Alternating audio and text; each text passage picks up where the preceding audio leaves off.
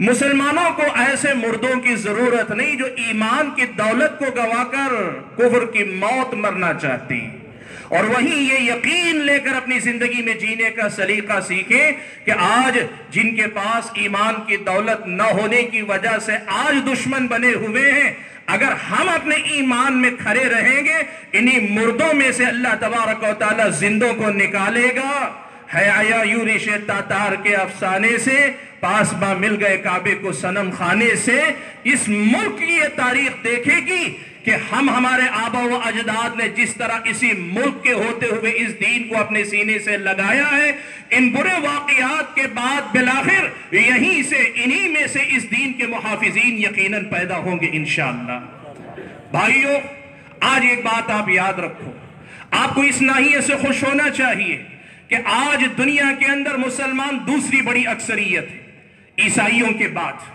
اس ملک کے اندر مسلمان دوسری بڑی اکثریت ہیں ہندوؤں کے بعد، لیکن اس کے باوجود آج کسی اور مذہب کے مقدسات کو، کسی اور مذہب کے پیروکاروں کو، کسی اور مذہب کے پیشواؤں کو، کسی اور مذہب کی کتابوں کو، کسی اور مذہب کی اپنی تعلیمات کو اس قدر نشانہ نہیں بنایا جا رہا ہے جس قدر زیادہ اسلام کو نشانہ بنایا جا رہا ہے۔ آپ کو خوش ہونا چاہیے کہ یہ آپ کے برحق ہونے کی دلیل ہے کہ آپ کا حق ان سے ہضم نہیں ہو رہا ہے تو وہ آپ کی دشمنی پہ اتر آئے ہیں۔ یہاں سے آپ کے لیے خوشی کا ایک پہلو یہ نکل کر آتا ہے کہ آپ دین برحق پر ہیں، اسی لیے جو اسے اپنا نہیں سکتے وہ اسے مٹا نہیں سکتے، تو بالآخر اپنے سینے کی جو آگ ہے وہ اپنی زبان پہ لا کے اسے بجھانے کی کوشش کر رہے ہیں، لیکن اس سے کچھ ہوگا نہیں۔ یہ حقانیت اسلام کی وہ دلیل ہے، یہ بات ہم اور آپ کو پہچاننی چاہیے۔ بھائیو، اگلی بات جو آپ کے سامنے میں کہنا چاہتا ہوں وہ یہ کہ یہ بات آپ یاد رکھیں کہ اسلامی شریعت کی نظر میں جو آدمی پیارے نبی صلی اللہ علیہ وسلم کی توہین کرے، جو آدمی قرآن کریم کی توہین کرے، اس کی سزا بلا کسی تردد کے آپ صاف لفظوں میں سن لیں کہ وہ اسلام کی نظر میں واجب القتل ہے۔ اس کی سزا قتل ہے اسلام کی نظر میں۔ وہ مسلمان ہوگا، وہ مرتد ہو جائے گا، واجب القتل قرار پائے گا۔ اور اہل علم بیٹھے ہیں، میں ذمہ داری کے ساتھ یہ بات کہہ رہا ہوں کہ اہل علم کی تحقیق کی روشنی میں اگر غیر مسلم ہو کر بھی توہین اسلام کے بجائے توہین نبی یا توہین قرآن کے جرم کا مرتکب ہوتا ہے تو ایسا آدمی اسلام کے نظر میں قابل معافی نہیں ہے۔ یہ پہلی بات آپ یاد رکھیں۔ کیوں؟ اللہ نے کہا اِنَّا أَرْسَلْنَاكَ شَاهِدًا وَمُبَشِّرًا وَنَذِيرًا لِتُؤْمِنُوا بِاللَّهِ وَرَسُولِهِ وَتُعَزِّرُوهُ وَتُوَقِّرُوهُ وَتُسَبِّحُوهُ بُكْرَةً وَأَصِيلًا۔ اس آیت کی تفسیر تشریح میں اگر آپ جائیں، مختصر الفاظ میں اللہ تعالیٰ نے دو حصے بتا دیے۔ ایک، اللہ تعالیٰ نے بتایا کہ نبی کو اللہ نے بھیجا ہے تو نبی کا مقام، نبی کا کام، نبی کا احسان امت پر کیا ہے۔ اور دوسرے حصے میں اللہ تعالیٰ نے یہ بتا دیا کہ اس احسان کے بدلے میں اس نبی کا انسانوں پر حق کیا ہے۔ اسلام یہ کہتا ہے کہ یہ نبی ساری کائنات کے نبی ہیں، یہ ہر مذہب کے نام لیوا کے نبی ہیں۔ اللہ تعالیٰ نے آپ کو تمام جہانوں کے لیے رحمت بنا کر بھیجا، تمام انسانوں کے لیے، جنوں کے لیے رسول بنا کر بھیجا ہے۔ اب تمہیں اس دنیا میں امتحان کے لیے، آزمائش کے لیے پیدا کیا ہے۔ ایمان لاتے ہو، فرما بردار قرار پاؤ گے تو وہ بشیر ہیں تمہارے لیے، مبشر ہیں تمہارے لیے، خوشخبری سنانے والے ہیں تمہارے لیے۔ اور اگر ایمان نہیں لاتے، دنیا میں امتحان ہے، کفر پہ باقی رہنا چاہتے ہو، وہ نذیر ہیں تمہارے لیے، وہ ڈرائیں گے تمہیں تمہارے بھیانک انجام سے۔ تمہیں اس کا تو اس دنیا کے اندر اختیار ہے کہ تم نبی پر ایمان لاؤ نہ لاؤ، تم اپنی آخرت سنوارنے نہ سنوارنے کے سلسلے میں اپنا فیصلہ لے سکتے ہو، لیکن دنیا کے کسی انسان کو اس نبی کی شان میں گستاخی یا توہین کی اجازت اسلام نے نہیں دی ہے۔ آپ نبی کی تعلیمات قبول نہ کریں، اسلام آپ پہ مسلط نہیں ہوتا، لا اکراہ فی الدین، لیکن اسلام یہ کہتا ہے کہ آپ نبی کی تعلیمات قبول نہ کر کے غیر مسلم رہتے ہیں، رہتے ہوئے بھی آپ کو توہین کی اجازت نہیں دی جا سکتی۔ اسی لیے یہ بات یاد رکھیں، اسلام کی نظر میں یہ مسئلہ صاف ہے کہ یہ جرم اسلامی شریعت کی نظر میں ناقابل معافی ہے۔ اسی لیے اگر مسلم حکومت اسلامی حکومت ہوگی اس انسان کو اس کے جرم کی سزا ملے گی، اس انسان کو اس کے جرم کی سزا ملے گی۔ میں یہاں ایک مسئلے کی وضاحت کر دینا ضروری سمجھتا ہوں۔ پیارے نبی صلی اللہ علیہ وسلم کے زمانے میں ایسا ہوا، ایک صاحب تھے، صحابی، پیارے نبی صلی اللہ علیہ وسلم کے چہیتے صحابی، نابینا صحابی، اور حق بات تو یہ ہے کتابوں میں پڑھ کر دیکھیں تو پتہ چلتا ہے کہ گمنام صحابی، ان کا نام بھی نہیں پتا، نابینا تھے۔ ان کے پاس ایک لونڈی تھی، شرح و تشریحات سے پتہ چلتا ہے یہودیہ تھی، وہ لونڈی تھی۔ اللہ نے دو پیارے بچے اسی لونڈی کے بطن سے، پیٹ سے اس صحابی کو عطا کیے تھے۔ حضرت ابن عباس رضی اللہ تعالیٰ عنہما بیان فرماتے بچے کیا تھے؟ دو موتی تھے، بڑے خوبصورت بچے تھے، لیکن وہ خاتون جو غیر مسلم تھی، جو یہودیہ تھی، اللہ کے نبی کی شان میں گستاخی کرتی تھی۔ صحابی نے پہلے ٹوکا، دوبارہ ٹوکا، سبارہ ٹوکا۔ جب ایک دن وہ اللہ کے نبی کی شان میں گستاخی کرنے سے باز نہ آئی تو نبی نہ تھے، اپنے ہاتھ میں ایک ہتھیار میسر آیا، وہی اٹھایا، اس عورت کو سوتے ہوئے دیکھ کر اس کے پیٹ پہ رکھا، اپنے آپ کا وزن اس پہ ڈال دیا اور وہیں اس کو ختم کر دیا۔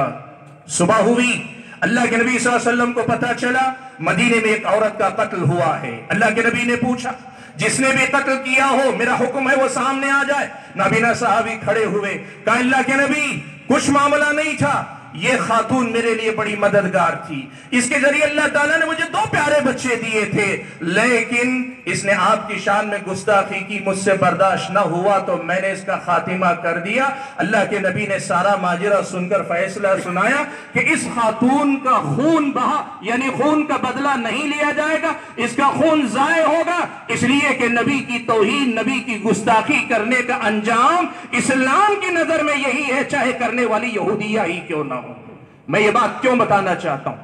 آج ہم جس دور میں جیتے ہیں میرے بھائیوں، مقدسات اسلام کے تحفظ کا معاملہ ہمارے اور آپ کے درمیان میں نظریاتی اختلاف کا مسئلہ بنتا نظر آ رہا ہے۔ بڑے افسوس کے ساتھ کہتا ہوں کہ مسلمانوں میں سے جو تعلیم یافتہ بعض حضرات نظر آتے ہیں، ان میں سے بعض کے ذہنوں میں شکوک و شبہات ہیں، وہ کہتے ہیں اللہ کو گالی دینے والے کی سزا قتل نہیں ہے، نبی کو گالی دینے والے کی سزا قتل۔ وہ کہتے ہیں نبی نے اپنی ذات کے لیے زندگی میں کبھی بدلہ نہیں لیا، تو کیا ان کے گستاخ کی ہم جان لے لیں گے؟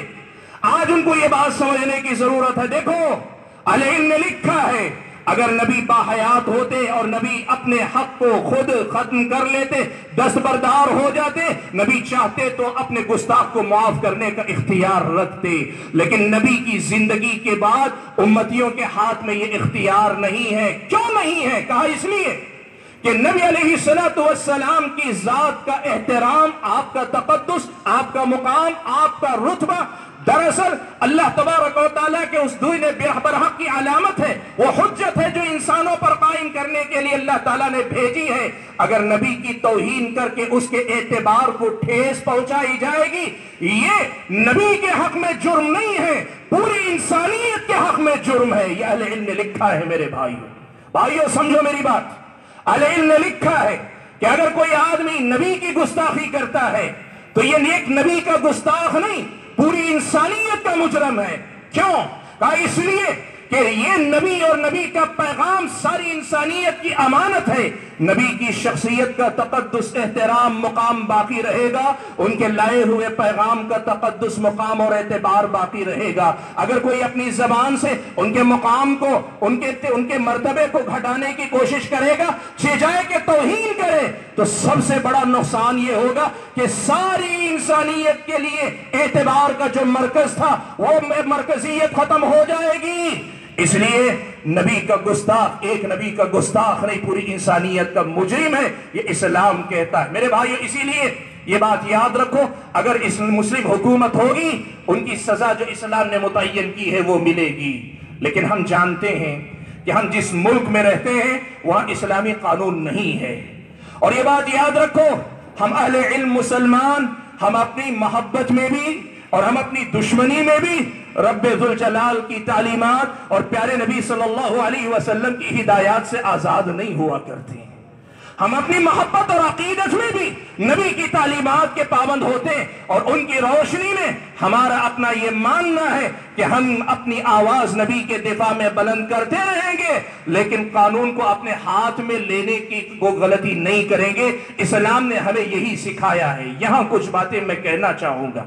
ہم یہاں اس ملک کے باشندے ہیں تو کچھ باتیں یہاں اس اسٹیج سے حکومتی اداروں تک پہنچنی چاہیے۔ ان میں سے ایک دو باتیں میں اپنے الفاظ میں رکھنا چاہتا ہوں۔ پہلی بات یاد رکھو، حکومت کہتی ہے کہ جمہوریت میں اظہار رائے کی آزادی ہوتی ہے، فریڈم آف اسپیچ ہوتی ہے، آدمی کو اپنی بات رکھنے کی چھوٹ ہونی چاہیے، آزادی ہونی چاہیے۔ دنیا والوں، جمہوریت کے اسی اصول کو اگر مانتے ہو، سیاستدانوں کے درمیان بھی یہ تصور ہے ہم ایک دوسرے کو کنڈم کریں گے، ایک دوسرے کی فیملی تک نہیں جائیں گے۔ یہ ہے سیاستدانوں کی اپنی، پارلیمنٹ میں ایک دوسرے سے بات کریں گے لیکن زبان غیر پارلیمنٹری نہیں ہونی چاہیے۔ تمہارے پاس پابندی ہے، اظہار رائے کی آزادی ہے، لیکن اس کے اندر بھی پابندی تم نے رکھی ہے۔ اور سچ تو یہ ہے کہ آزادی کامل بھی عامر پابند ہے کچھ قانونوں کی، آزادی کامل بھی عامر پابند ہے کچھ قانونوں کی۔ ہر قید چمن سے آزادی، آزادی یہ نیک انجام نہیں۔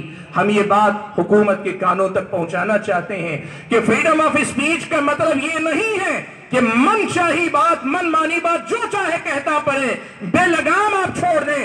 آپ نے لگام کسی ہے، آپ نے ہر جگہ کے لیے کچھ ضابطے رکھے ہیں، یہاں بھی فریڈم آف اسپیچ کے دائرے میں رکھتے ہوئے آپ اس کی اجازت دیں۔ کوئی غیر مسلم اسلام قبول نہیں کرتا، وہ کہتا ہے میں اس دین کو نہیں مانتا، اسے اجازت ہے اپنی بات یہ کہنے کی، لیکن فریڈم آف اسپیچ کا یہ مطلب نہیں ہوگا کہ نبی کی شان میں گستاخی کرے۔ دوسری بات یاد رکھو بھائیو، اس حکومت کے سامنے ایک بات یہ بھی رکھنے کی ضرورت ہے کہ دنیا میں جمہوریتوں میں حقوق کی بات کی جاتی ہے، سبحان اللہ یہ کیسا ظلم ہے۔ یہاں انسانوں کے حقوق کی بات ہوتی ہے، چوروں لٹیروں کے حقوق کی بات ہوتی ہے، یہاں جانوروں کے حقوق کی بات ہوتی ہے۔ یہاں تنظیمیں قائم ہیں جو مختلف لوگوں کے حقوق کی حفاظت کی بات کرتی ہیں، اور حکومتیں کہتی ہیں ہر ایک کے حقوق کی حفاظت کی ہم علم بردار ہیں۔ ہمارا یہ آواز ہے کہ اگر سب کے حقوق کی حفاظت ہو سکتی ہے، ساری انسانیت کے محسن کے حقوق کی حفاظت کے لیے کوئی قانون کیوں نہیں بن سکتا؟ کیوں نہیں بن سکتا؟ یہاں جانوروں کے حقوق کا آپ کو درد ہے، یہاں چوروں اچکوں کے حقوق کا آپ کو حق کا احساس ہے، یہاں قاتلوں، زانیوں، معصوم بچیوں کے ساتھ بلاತ್ಕಾರ کرنے والوں کے حقوق کے لیے آواز اٹھائی جاتی ہے۔ انسانیت کے محسن کے حقوق کے لیے آپ کے پاس کوئی جگہ نہیں۔ یہ کیسا معیار ہے جس معیار پہ آپ فیصلے چلاتے ہیں؟ بھائیو، حکومت کے سامنے یہ بات اٹھانے کی ضرورت ہے، اور ایک بات یہ بھی کہنے کی ضرورت ہے، چلو تم نبی کو نہیں جانتے ہوگے، حالانکہ ایسا نہیں۔ اللہ نے کہا یہودیوں کے بارے میں، اور یہی حقیقت ایک بڑی تعداد کی ہے، الذین آتیناہم الکتاب یعرفونہ کما یعرفون ابناءہم، ہم نے جنہیں کتاب دی ہے وہ اس نبی کو ایسے ہی پہچانتے ہیں جیسے اپنے بچوں کو پہچانتے ہیں۔ یہ پہچانتے ہیں، لیکن چلو تم ماننا نہیں چاہتے، تم ان کے حقوق کے طور پہ نہیں تو کم از کم ہمارے حقوق کے طور پہ تو قانون بناؤ اس ملک کے اندر۔ کیوں؟ اس لیے کہ تم جانتے ہو ہم اس ملک کے شہری ہیں تو ہمارے حقوق کا خیال رکھنا تمہارا فرض بنتا ہے۔ تم ایوان حکومت میں بیٹھے اس لیے ہو کہ ہمارے حقوق کا تحفظ کر سکو، اور اگر یہی تم جاننا چاہتے ہو تو آج یہ بات ہماری طرف سے لے لو، آج لکھ کر دے دیں گے، مسلمان قوم کا ایک بچہ بھی اس سے پیچھے نہیں ہٹے گا، لکھ کر لے لو۔ ہماری جان، ہمارا مال، ہماری عزت، ہماری آبرو سے بڑا مسئلہ ہمارے لیے نبی پاک کی عزت و آبرو کا ہے۔ اگر ہماری جان کے لیے قانون بنا سکتے ہو، ہماری عزت کے لیے قانون بنا سکتے ہو، تو ان سب سے بڑھ کر تمہیں پیارے نبی کی عزت و آبرو کے لیے قانون بنانا پڑے گا، اور یہ آواز ہمیں یہاں سے اٹھانی پڑے گی۔ میرے بھائیو دیکھو، یہ بات یاد رکھو، ہم جس ملک کے اندر جیتے ہیں نا، یہاں جھوٹ بھی اگر زور سے بولا جاتا ہے تو لوگ مان لیتے ہیں۔ یہی تو ہو رہا ہے نا پچھلے آپ دیکھ رہے 10-12 سال سے، جھوٹ سچ ہو گیا، اس لیے کہ چینل جھوٹ زیادہ بولتے ہیں، سچ بولنے والے کی آواز کو دبانا چاہتے ہیں۔ ایسے ملک میں سچ بولنے والے بولتے رہو، بولتے رہو، بولتے رہو، یہاں تک کہ وہ نہیں جو اپنے کانوں میں انگلیاں رکھے بیٹھے ہیں، یہ بہرے بھی ہوں گے تو انہیں سننا پڑے گا کہ ہماری نظر میں نبی کا مقام، قرآن کا مقام ہمارے سارے حقوق سے اوپر ہے، اور اگر یہ حکومت ہمارے حقوق کی پابند ہے تو پھر ان حقوق کی حفاظت کے لیے بھی قانون تمہیں بنانا پڑے گا۔ اور اس کے لیے میں گزارش کروں گا، آپ کا یہ صوبہ تلنگانہ اللہ کے فضل و کرم سے مسلم قوم کے حقوق کے تئیں نسبتاً بہتر شناخت اور پہچان رکھتا ہے۔ ہمارے شہر کے جو M L A M Ps ہیں یا ان کے علاوہ جو دیگر حضرات ہیں جن کی پہنچ مقتدرہ تک ہے، مقننہ تک ہے، ان لوگوں کی یہ ذمہ داری بنتی ہے کہ وہ اندرونی طور پر چینل پہ نہیں، اخبار میں نہیں، ایسی مجلسوں میں نہیں، وہ کام کریں تو جا کر لیجسلیٹر سطح جائیں، قانون کے دائرے میں اندر سے بات کریں، ایسے قوانین بنانے کی کوشش کریں۔ ریاستیں بہت سارے قوانین بنانے میں آزاد ہیں، کم از کم ریاست کی سطح پر تو قانون بن ہی سکتا ہے، اپنے صوبے کی سطح پہ قانون بنانے کی کوشش کریں۔ میرے بھائیوں، ایک بات اور میں آپ کے سامنے ذکر کر دینا چاہتا ہوں، میری یہ جو بات ہے ابھی میں کہہ رہا ہوں، اس بات کو ایک مشورہ سمجھیں، اس بات کو ایک گزارش سمجھیں۔ میں ایک ادنا سے طالب علم یا اس امت کے ایک چھوٹے سے بچے کی حیثیت سے ایک چیز بڑی شدت سے محسوس کر رہا ہوں۔ پرانا دور تھا کہ اگر ملک میں کوئی احتجاج ہوتا، اس احتجاج کا دباؤ مقتدرہ پہ پڑتا تھا اور مقتدرہ دباؤ میں آ کر کارروائی کرنے پہ مجبور ہوتی تھی۔ یہ ہوتا تھا، یہ تھا، اور آج کیا ہو رہا ہے؟ پیارے نبی صلی اللہ علیہ وسلم کی شان میں گستاخی پہ گستاخی پچھلے 15 سے 20 سال کے اندر آپ دیکھیں، ظالموں نے گستاخی پہ گستاخی کی، اور کرنے کے بعد مسلمانوں نے پورے ملک میں احتجاج کیا۔ لیکن کیا ہوا بھائیوں؟ کیا ظالموں کو واقعی سزا ملی؟ بہت سارے لوگوں کو صرف گرفتار کیا گیا، چند دنوں کے بعد بیل پہ ان کی رہائی ہو گئی۔ آج کسی مسلمان کو پتا ہے ان میں سے کسی ظالم کو واقعی سزا ہوئی؟ آپ میں سے کسی کو پتا ہے؟ اس کا مطلب یہ ہوا بھائیوں، ہمیں سوچنا پڑے گا کہ ہم وہ نہ کر سکیں جو شریعت نے کہا ہے، تو جو ممکن ہے وہ کر رہے ہیں، تو کیا اس میں ہمیں ہمارا مقصد حاصل ہو رہا ہے؟ آج میں ایک بات محسوس کرتا ہوں، میرے احساس کو آپ کے ساتھ شیئر کر رہا ہوں۔ ہم تو یہ دیکھ رہے ہیں کہ ظالموں نے یہ سمجھ لیا ہے کہ نبی کی گستاخی ان کا پولیٹیکل کیریئر بنانے کی سیڑھی بنتی جا رہی ہے۔ یہ اس ملک کی بہت بڑی بات ہے، سمجھنے کی کوشش کریں۔ سبحان اللہ، میں کبھی کبھار ایک بات محسوس کرتا ہوں کہ اس ملک کی اتنی بڑی تاریخ ہونے کے باوجود آج بھی یہ اپنی قوم کو اکٹھا کرنے کے لیے مسلمانوں سے ڈرانے پہ مجبور ہے، اور آج بھی یہ صورتحال ہے کہ یہ مسلم کے خون، مسلم کو گالی دیے بغیر، اسلام پہ الزام لگائے بغیر اور توہین رسالت یا توہین قرآن کے بغیر اپنی سیاست کی دکان بھی نہیں چمکا پا رہے۔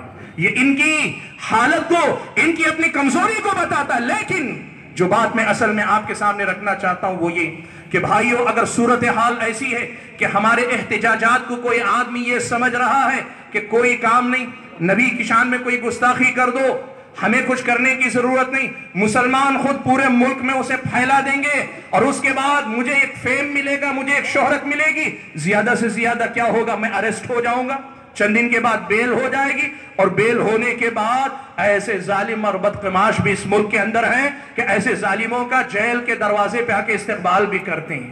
ایسی صورت میں ہم عمائدین ذمہ داروں کی یہ ذمہ داری بنتی ہے کہ ہم یہ سوچیں کہ اگر ہم احتجاج کی راہ پہ نکل کر فائدہ نہیں کر پا رہے ہیں تو پھر ہمیں کون سے راستے سے اس کا تدارک کرنا چاہیے۔ اگر ہم ظالموں کا ہاتھ روک نہیں پا رہے ہیں اور اسے وہ اپنی سیاست کی سیڑھی بنا رہے ہیں تو پھر ہمیں اتنی سمجھداری دکھانی چاہیے کہ ہم ایسی کوئی کارروائی کریں کہ ظالم کے ہاتھ کو، اس کی زبان کو روکا جا سکے۔ ایسا نہیں ہونا چاہیے کہ ہمارے جذبات کسی اور کی سیاست چمکانے کا ذریعہ بن جائیں۔ اس مسئلے پہ ہم عمائدین کو غور کرنے کی ضرورت ہے۔ ایک گزارش میں اپنے نوجوان بھائیوں سے کرنا چاہتا ہوں، دیکھو ایک بات یاد رکھو، ہمیں اپنے ماں باپ کی گالی برداشت ہو جاتی ہے، شریف آدمی کسی کو گالی برداشت نہیں کرتا، شریف آدمی کو آپ اسے گالی دیں برداشت نہیں ہوتی، ماں باپ کی گالی تو اس کے لیے قیامت ہے، لیکن نبی کے لیے برا بھلا کہنا وہ سوچ بھی نہیں سکتا، سن بھی نہیں سکتا، برداشت بھی نہیں کر سکتا۔ ایسی حالت میں جب یہ سنتا ہے کہ فلاں نے نبی کی شان میں گستاخی کی تو ہمارا نوجوان ایک کام کرتا ہے. وہ کام کیا ہے معلوم؟ نبی کی محبت میں کرتا ہے. یہ مجھے اچھی طرح سے معلوم ہے. نبی کی محبت میں کرتا ہے, پوری قوم میں پھیلاتا ہے کہ دیکھو فلاں نے نبی کی شان میں گستاخی کی, فلاں نے نبی کی شان میں گستاخی. مقصد کیا ہے؟ مقصد اس کا یہ ہے کہ نبی کی اس گستاخ کے بارے میں قوم کے اندر بیداری آئے. لیکن بھائیو ایک طالب علم کی حیثیت سے گزارش کرنا چاہتا ہوں, یہ طریقہ مفید نہیں مضر ہے, یہ طریقہ نقصان دہ ہے. اس طریقے کے بارے میں ذرا نظر ثانی کرو.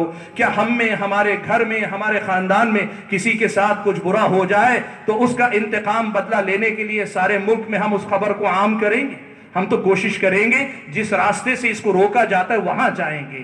طریقہ یہ نہ ہو آپ میں سے کسی کو کسی کے بارے میں پتا چلے تو کیا کریں؟ آئیں اپنے قوم کے ذمہ داروں کے پاس لے کر آئیں, نوجوانوں میں اسے نہ پھیلائیں.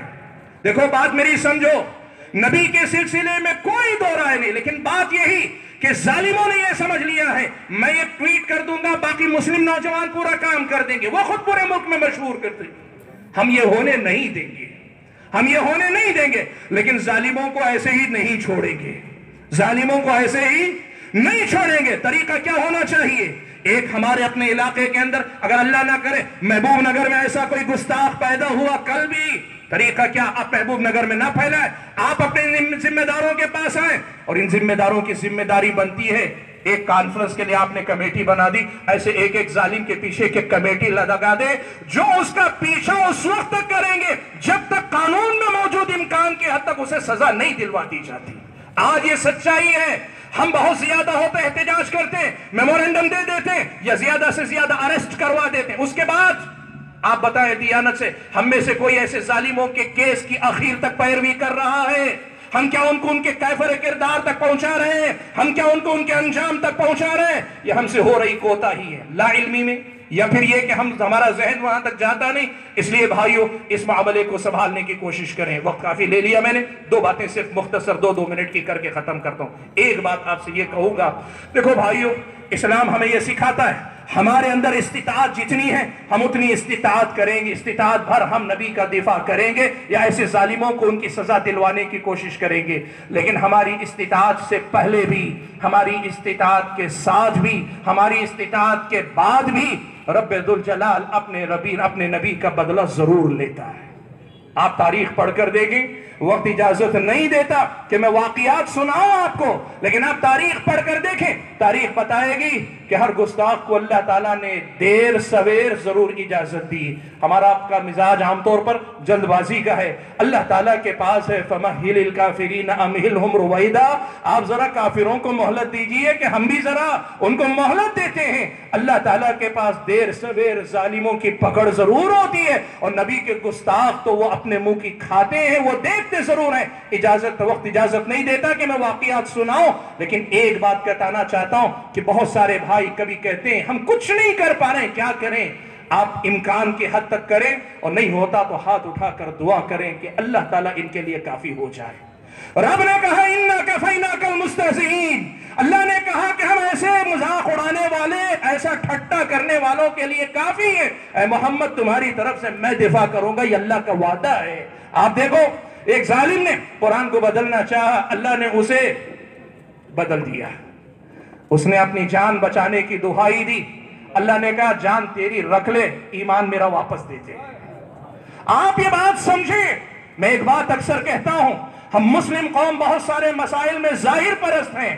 اس کی گردن اڑ جاتی اس کا بڑا نقصان نہیں تھا, اس کا ایمان چھن گیا, یا اس سے بڑی سزا ہے اللہ تعالیٰ کی طرف سے اس کے حق میں. حالانکہ اس کا ایمان اس وقت بھی نہیں تھا جب اس نے اپنے کفر کا اعلان نہیں کیا تھا, وہ تب بھی مسلمان نہیں رہا تھا, لیکن اس نے خود اپنے آپ سے آگے بڑھ کر تسلیم کیا. ایمان کی دولت بھی میں گنوا رہا ہوں, اللہ نے اسی کے منہ سے کہلوایا. یہ اس سے بڑی اللہ تعالیٰ کی سزا اس کے لیے کیا ہوگی, اور جو سزا آخرت میں ہوگی وہ اللہ تعالیٰ ہی جانتا ہے. آئیو آخری بات کہنا چاہتا ہوں, اور وہ آخری بات یہ ہے, دیکھو نبی علیہ السلام کے ان گستاخوں کا مقابلہ کیسے کی جائے. پیارے نبی کی سیرت کو لوگوں میں پھیلاؤ, پڑھاؤ میرے بھائیوں. دیکھو آج اگر عبداللہ صاحب, عبد الرحمن صاحب, سلیم صاحب, چاند صاحب, فلان صاحب اگر اچھے معاملات والے ہو جائیں نا, ایک غیر مسلم کہے گا عبداللہ صاحب کا نبی ایسا نہیں ہو سکتا. سلیم صاحب کا نبی ایسا نہیں ہو سکتا، فلاں صاحب کا نبی ایسا نہیں ہو سکتا۔ آج ہم اور آپ اگر نبی علیہ السلام کی تعلیمات پہ چلنے والے ہو جائیں، ہماری تجارتیں، ہمارے معاملات، ہماری صبح و شام نبی کی تعلیمات کا نمونہ اگر ہو جائے نا، اس سے زیادہ زبردست جواب ان ظالموں کا کچھ نہیں ہو سکتا۔ آپ کو پتا ہے اس اسلام میں، اس ملک میں اسلام سب سے پہلے مالابار کے علاقے میں تاجروں کے ذریعے داخل ہوا تھا۔ وہ کیسے ہوا تھا پتا ہے؟ عرب کے تاجر پہلے آتے تھے، دھوکے باز تھے، ڈنڈی مارتے تھے، تجارت میں ظلم کرتے، سب کچھ کرتے تھے۔ ایک نبی کی تعلیمات نے انہیں ایسے روشن کیا کہ اس روشنی نے ان کو ہی نہیں، ہندوستان پر روشنی کا دروازہ وہاں سے کھول دیا۔ بھائیو، اگر اسلام کی تعلیمات میری اور آپ کی صبح و شام میں آ جائیں، میری اور آپ کی زبان، میرے اور آپ کے حرکات و سکنات میں آ جائیں، ہمیں دفاع کرنے کی ضرورت نہیں۔ اس ملک کا عام شہری کہے گا کہ جس کے امتی ایسے ہوں ان کا نبی ایسا نہیں ہو سکتا۔